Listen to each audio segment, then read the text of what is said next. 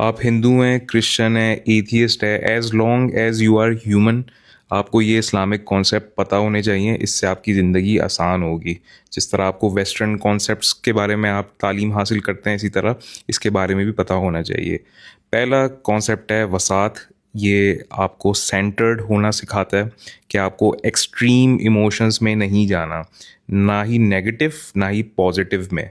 आपको सेंटर्ड रहना है, मॉडरेट रहना है। इससे क्या होगा, आप अपना नर्वस सिस्टम किसी और को लैंड नहीं करेंगे। वो जितना मर्जी आपको पोक करे, रेज बेट करने की कोशिश करे, आपके कॉर्टिसोल स्पाइक करने की कोशिश करे, आपने सेंटर्ड रहना है।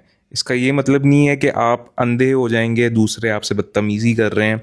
इट्स के आप एक स्टेप बैक लेंगे, अपना नर्वस सिस्टम को रेगुलेट करेंगे और फिर रिएक्शन देंगे। कोशिश करनी है रिएक्शन फ़ौरन नहीं देना, पीछे हट के इम्पल्स को कंट्रोल करके उसके बाद आप उसके ऊपर कुछ एक्ट करें।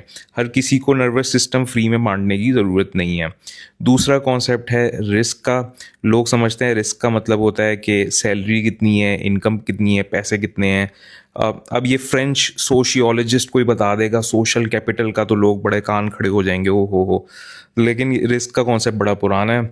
इट इंक्लूड सोशल कैपिटल, आपके औलाद, आपकी बीवी, शौहर, आपका स्पाउस कैसा है, आपका पार्टनर कैसा है, आपके दोस्त कैसे हैं, वो कितने लॉयल हैं, आपको कोई नॉलेज दे रहा है या आपको कोई नॉलेज है, आपको किसी चीज़ में क्लैरिटी है। ये सारी चीज़ें रिस्क होती हैं आपकी।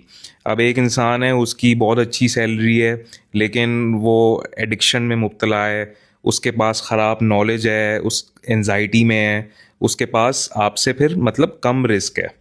तो आइडेंटिफाई करना है कि आपके पास क्या चीज़ें रिस्क है, उसको कंपाउंड कैसे करना है। इससे आपकी लाइफ हेल्दी और वेल्दी होगी। Health is also risk. तीसरा कॉन्सेप्ट है तवक्कुल का। इसमें ये होता है कि आपने अपनी ड्यू डिलिजेंस पूरी करनी है, आपने अपने प्रोसेस से पूरा गुजरना है, आपने अपना पूरी जान मारनी है, सब कुछ करना है, लेकिन आउटकम्स के पीछे नहीं भागना। जैसे ही आप आउटकम के पीछे जाएंगे, आप प्रोसेस से गो थ्रू नहीं कर पाएंगे, आप बार बार डिसहार्टन होते जाएंगे। आपको रिवॉर्ड चाहिए होगा ताकि आप आगे बढ़ते जाएं।